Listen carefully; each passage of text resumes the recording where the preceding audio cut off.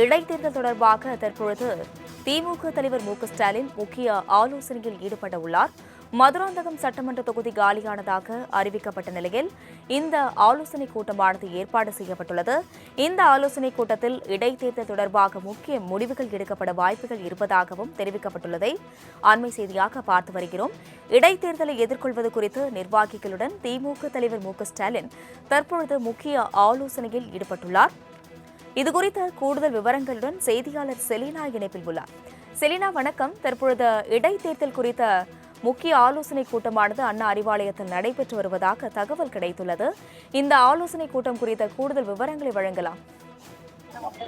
சட்டமன்ற தேர்தல் நிறைவு பெற்று தற்பொழுது தமிழக வெற்றிக் கழகம் ஆட்சி அமைந்திருக்கக்கூடிய நிலையில் கிட்டத்தட்ட 7 சட்டமன்ற தொகுதிகளுக்கு மேலாக சட்டமன்ற உறுப்பினர்கள் தங்களின் பதவியை ராஜினாமா செய்திருக்கிறார்கள். தற்போது வரையிலும் 7 சட்டமன்ற தொகுதிகள் காலியாக இருப்பதாக அறிவித்திருக்கக்கூடிய நிலையில் இந்த 7 சட்டமன்ற தொகுதிகளுக்கும் இடைத்தேர்தல் வந்தால் போட்டியிடுவது தொடர்பாக திமுக தலைவர் முன்னிலையில் தற்பொழுது அண்ணா அறிவாலயத்தில் ஆலோசனை என்பது நடத்தப்பட்டு வருவதாக கூறப்படுகிறது. குறிப்பாக செங்கல்பட்டு மாவட்டம் மதுராந்தகம் சட்டமன்ற தொகுதிக்குட்பட்ட திமுக நிர்வாகிகள் திமுக தலைவர் மு.க.ஸ்டாலினை அண்ணா அறிவாலயத்தில் சந்தித்து வருகிறார்கள். இந்த தொகுதியில் இடைத்தேர்தல் வர இருக்கக்கூடிய நிலையில் திமுக தலைவரை சந்தித்து ஆலோசனை நடத்தப்பட்டு வருவதாக கூறப்படுகிறது. குறிப்பாக இந்த ஏற்கனவே திமுக கூட்டணியில் இருக்கக்கூடிய கூட்டணி கட்சிகள் அனைத்தும் கூட்டணியிலிருந்து விலகி சென்றிருக்கக்கூடிய நிலையில் திமுக தனித்து அனைத்து தொகுதிகளிலும் போட்டியிட வேண்டும் என்ற கோரிக்கையை அனைத்து தொகுதிகளிலும், அதாவது இடைத்தேர்தல் வரக்கூடிய அனைத்து தொகுதிகளிலும் திமுக கோரிக்கை என்பது வைக்கப்பட்டிருப்பதாக கூறப்படுகிறது. இந்த நிலையில்தான் இந்த ஆலோசனை கூட்டம் மதுராந்தகம் தொகுதியில் திமுக போட்டியிட வேண்டும் என்பதற்காக அங்கு இருக்கக்கூடிய திமுக நிர்வாகிகள் திமுக தலைவரோடு பேச்சுவார்த்தை என்பது நடத்தி வருகிறார்கள். இடைத்தேர்தல் தேதி அறிவிக்கப்பட்ட பிறகாக யாரை அந்த தொகுதியில் நிறுத்தலாம் என்பது தொடர்பான ஆலோசனை என்பது மேற்கொள்ளப்பட இருக்கிறது. அதற்கு முன்னதாக தற்பொழுது அந்த நிர்வாகிகள் திமுக தலைவரை சந்தித்து ஆலோசனை நடத்தி வருகிறார்கள்.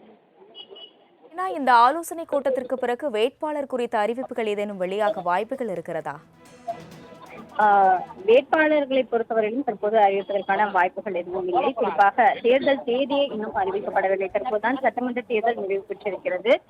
2 மாதங்களே நிறைவு பெற்றிருக்கக்கூடிய நிலையில் அடுத்து இடைத்தேர்தல் எப்போது அறிவிக்கப்பட இருக்கிறது என்பது தொடர்பாக தேர்தல் ஆணையத்தின் சார்பில் அறிவிப்பு வெளியிடப்பட்ட பிறகாக அனைத்து இடைத்தேர்தல் வரக்கூடிய அனைத்து தொகுதி நிர்வாகிகளுடன் திமுக தலைவர் ஆலோசனை மேற்கொள்வார். அதற்கு பிறகாக தலைமை என்ன முடிவு செய்ய இருக்கிறதோ அதற்கேற்றவாறு இந்த வேட்பாளர்களின் பெயர் என்பது வெளியிடப்படும் என்று எதிர்பார்க்கப்படுகிறது. தற்பொழுது மதுராந்தகம் தொகுதியை பொறுத்தவரையிலும் காலியாக இருப்பதாக அறிவித்திருக்கக்கூடிய நிலையில் மதுராந்தகம் தொகுதி நிர்வாகிகள் திமுக தலைவரை சந்தித்து ஆலோசனை மேற்கொண்டு வருகிறார்கள்.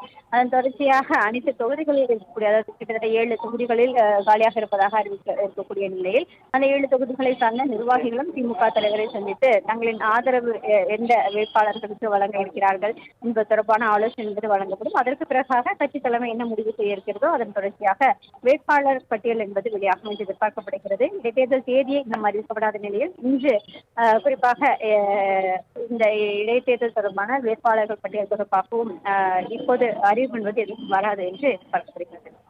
செலினா, விவரங்களுக்கு நன்றி.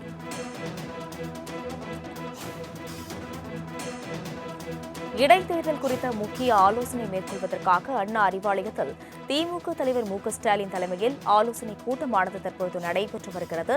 இதில் இடைத்தேர்தலை எதிர்கொள்வது எப்படி என்பது குறித்து நிர்வாகிகளுடன் அவர் ஆலோசனையில் ஈடுபட உள்ளதாக தெரிவிக்கப்பட்டுள்ளது.